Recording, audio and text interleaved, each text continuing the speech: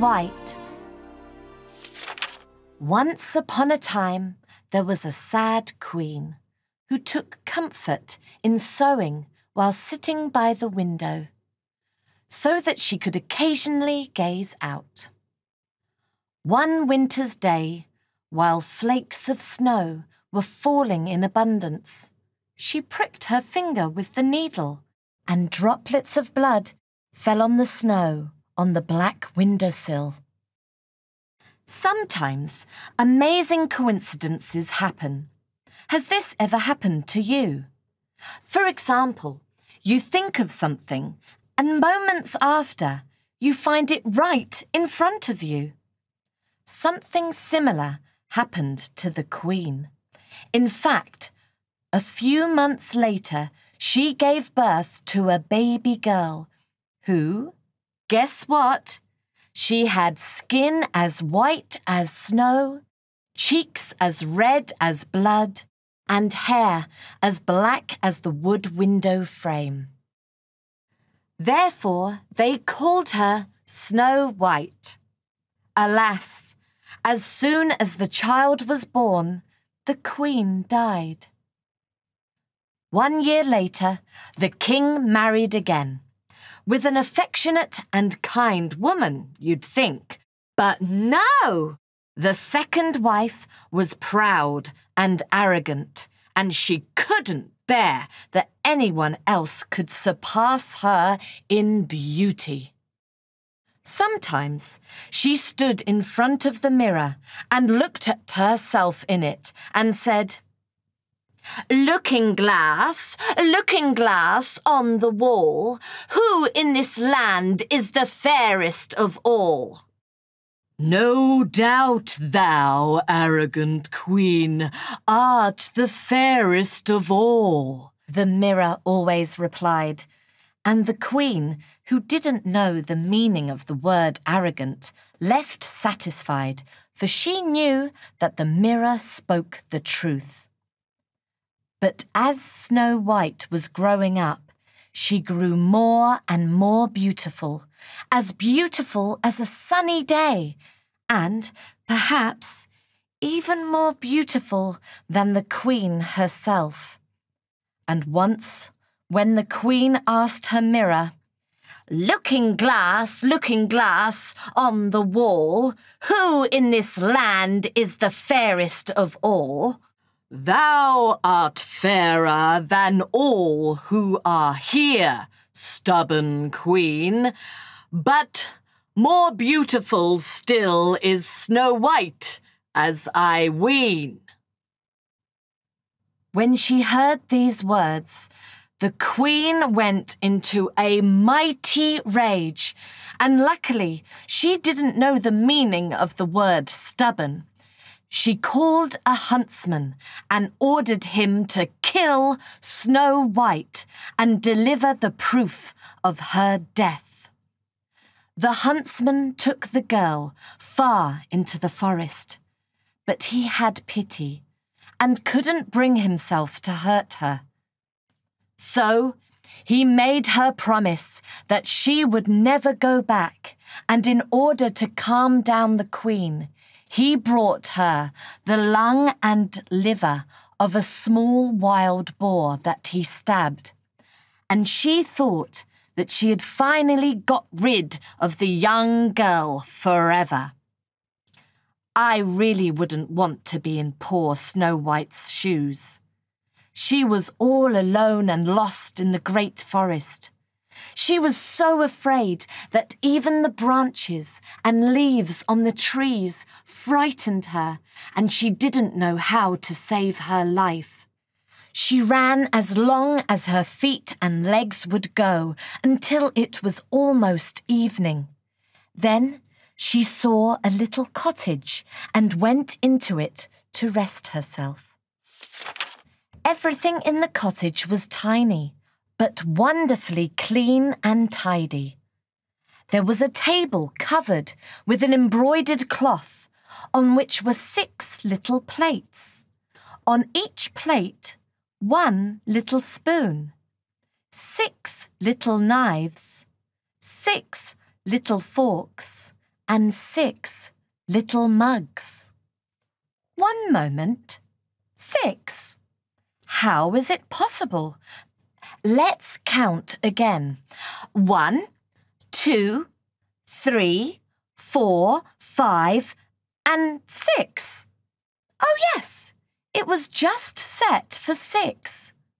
But against the wall stood 7 little beds, side by side, with 7 soft blankets. The figures don't add up. Snow White, however, was too hungry and thirsty to care about the figures.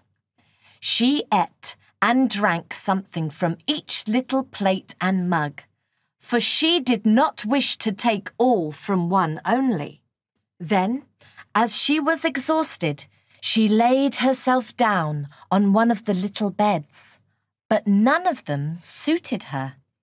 The first was too long, the second too short, the third too tight, the fourth too wide, the fifth too soft, the sixth too hard. At last, she found that the 7th one was right. She laid herself down on it, and as soon as she closed her eyes, she fell asleep. When it was quite dark, the owners of the cottage came back home. They were 6 dwarfs who dug and delved in the mountains. They soon realized that someone had been there, for everything was not in the same order in which they had left it. "Who has been sitting on my chair?" the first one said. The second replied, "Who has been eating off my plate?" The third groaned, "Who has been taking some of my bread?" The fourth said, "Who has been eating my vegetables?" The fifth mumbled, "Who has been using my little fork?"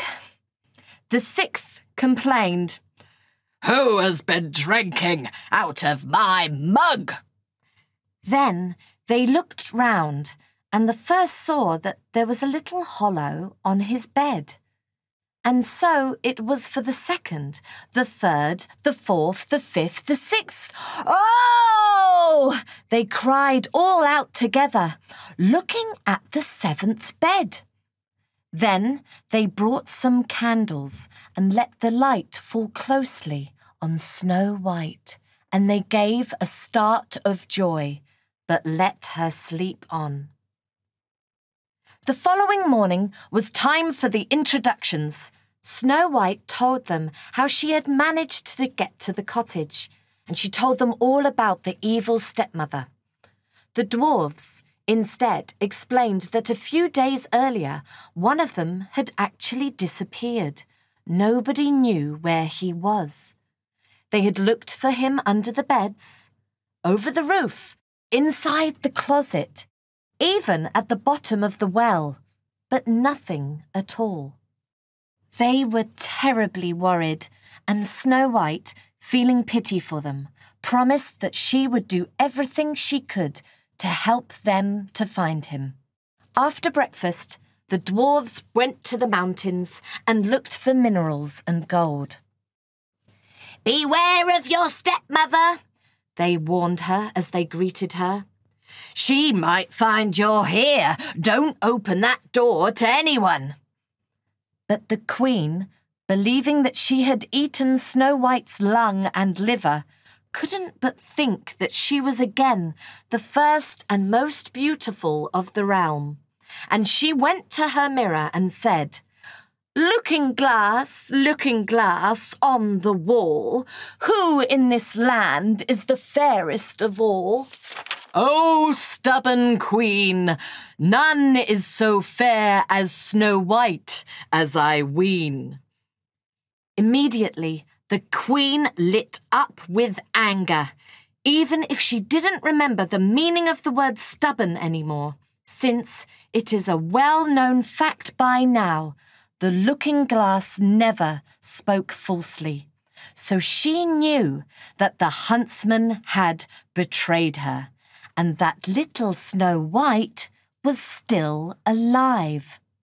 "Snow White must die!" she screamed as she ran to a secret room where she prepared a very poisonous apple that outside was beautiful, white and red, but anyone who ate a bite would die instantly.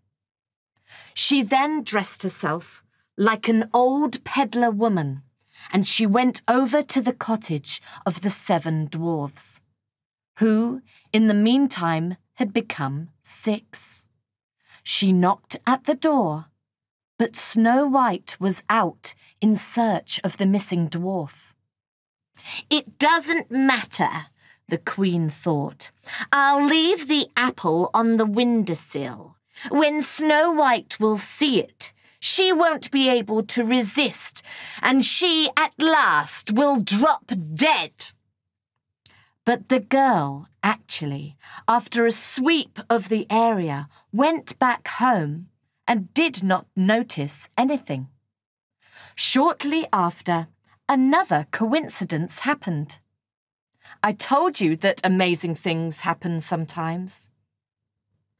A prince who was wandering in the forest heard a cry coming out from a small cave. It was the 7th dwarf, the most forgetful of all of them, who got lost and panicky and sobbing was sitting there, hoping that someone would come to rescue him. And so it was. Fortunately, the prince helped him to find his way home, and the dwarf cheered up, took courage, and slowly was able to find his way around. In front of the door, the prince introduced himself to Snow White, and, on learning the situation, she was so happy that she couldn't help to hug him.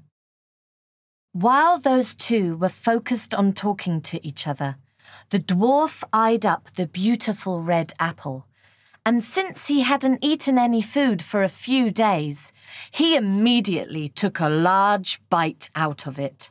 Alas, he didn't know that the apple was poisoned, so there was no time to take a second bite, as he was already lying on the ground. Needless to say, Snow White and the prince were getting desperate.